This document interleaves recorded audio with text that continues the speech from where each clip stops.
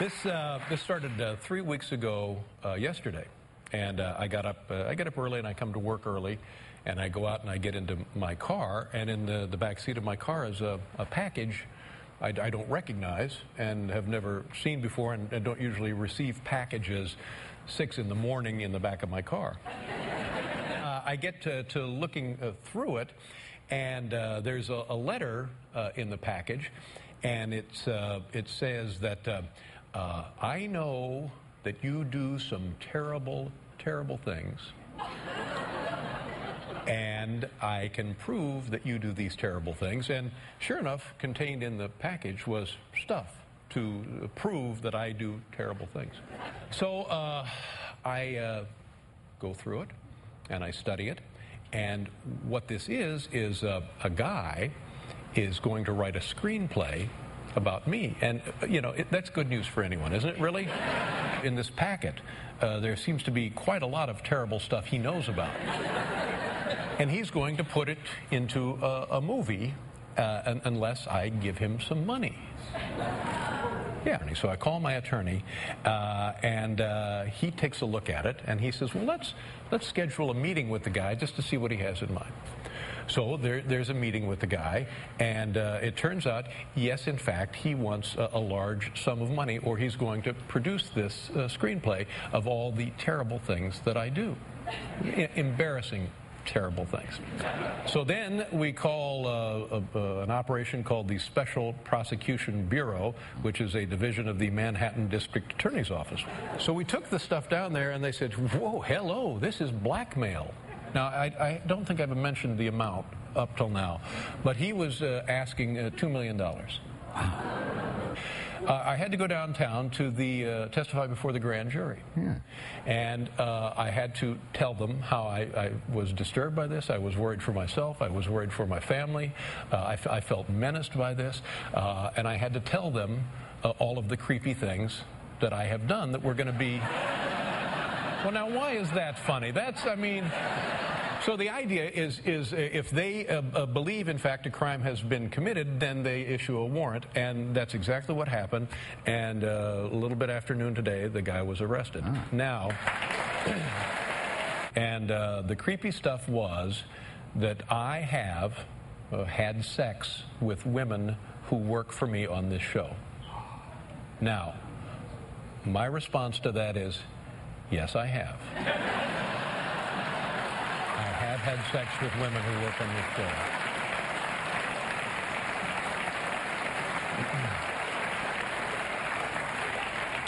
And would it be embarrassing if it were made public? Perhaps it would. Perhaps it would, especially for the women.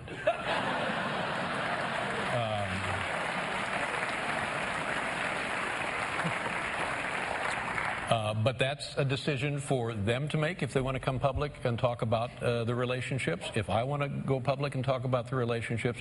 But what you don't want is a guy saying, oh, I know you had sex with women, so I would like $2 million, or I'm going to make trouble for you.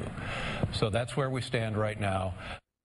Now to a disturbing story of a medical mistake made by a Baltimore hospital. In early December, Brenda Monahan underwent surgery for a hysterectomy. Afterwards, she says she suffered from debilitating and unrelenting pain. Well, 7 weeks later, doctors discovered this, a surgical instrument left behind in her pelvic area. Brenda Monahan joins us this morning with her attorney, Marvin Ellen, and Dr. Kenneth Kaiser is president and CEO of the National Quality Forum, a healthcare group that sets quality standards. Good morning to all of you. Brenda, thanks so much, especially to you, for being here. You had your second surgery, I understand, 2 weeks ago to remove this retractor. How are you feeling today? I'm still experiencing pain. You are? Yes. Constant pain or just occasional pain? It varies, but it's there. Let's backtrack. You had to get a hysterectomy because of fibroids, which was a very emotional situation for you, because I know you and your husband had tried to have children for 5 years, but it ended up you needed a hysterectomy. Tell me what happened with the surgery. It went well as far as you knew, and then you woke up, and tell me what you experienced. I woke up in severe pain. It was constant, and I asked for help. I asked for, why was I experiencing this pain? And what were you told? It was to be expected. And when you talk about the pain, you not only had pain, but you also had trouble breathing, I understand. Correct. Is that right? Yes. Yes. So you complained to your doctors, and I imagine to the nurses Yes. in the hospital. Yes. And they basically said, well, this is a serious operation. Yeah, you've been through a very serious operation. This is to be expected. And I was given pain medicine, but the pain never left. The difficulty breathing was and it was very difficult. The pressure just was very, very intense. How long did you experience this for before you discovered, how did you discover, I guess, first of all, Brenda, what your surgeon had left behind? I discovered what had happened by a x-ray from my family doctor 7 weeks later of living hell. And he called me and told me, and I went into shock. And what was his reaction? He told me to have emergency surgery to have this removed.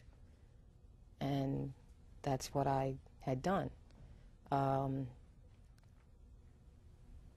When you contacted the doctor, or did you contact the doctor who actually performed the hysterectomy?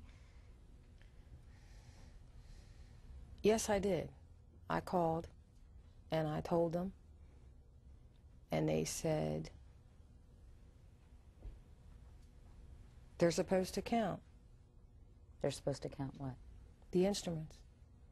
And that's all? That was the response. Did you speak with the doctor himself or herself? I spoke directly to her, and that's what she told me. Did she apologize? No. You brought, I know, Mr. Ellen, Yes. the retractor. Yes, I did. That was left. This is the it. actual. That's the actual one that was removed 7 weeks after the hysterectomy. Let me read the response from Franklin Square Hospital Center, where the surgery was performed. Franklin Square Hospital Center deeply regrets the circumstances surrounding Ms. Monahan's surgery. Providing the highest care to patients is the hospital's #1 goal, and the entire hospital community is concerned when we fall short. We will continue to take the appropriate steps to reduce or eliminate such errors. Mr. Ellen, what was your response to this statement from the hospital? Well, my response was that obviously their nurses didn't know how to count the instruments accurately. The surgeon, who was not supposed to leave the retractor in, I anticipate will say that he relied on the accurate count from the nurses, and of course the nurses' response will be that they had right to assume that he took out from the operative site the retractor that you're holding. What kind of award are you looking for? High 6 figures. Mr. Kaiser, a recent study suggested that operating teams leave surgical instruments like sponges, clamps, other things in about 1,500 patients every year. And of course, that begs the question, what the heck is going on? Well, good morning, Katie. Before I answer your question, let me just say that as a physician, I certainly, my heart goes out to Ms. Monahan, and I feel sorry, and this obviously is something that should not have happened to her. The best estimates are, as you said, that this happened somewhere around 1,500 to perhaps as high as 2,500 or so cases a year. Because hospitals aren't and doctors aren't required to even report this, right? That's true. There is no reporting system. Of course, that's something that has been recommended, and if we had better information, we would probably be in a better position to do something about it to prevent these from occurring. As you know, and it has been talked about already, the instruments and sponges, other things that are used during an operation, are supposed to be counted both before the procedure and as well as afterwards to make sure this doesn't happen. Yeah, we're looking at other shots of other instruments that have been left inside various patients' bodies, by the way. Well, I guess the bottom line is, what is this? Look at that. I mean, what is the solution here? How can we prevent this from happening? Obviously, people are watching this and thinking, holy cow. Well, I think there's a number of things that patients can do, and recognizing that we need better information on how often it happens.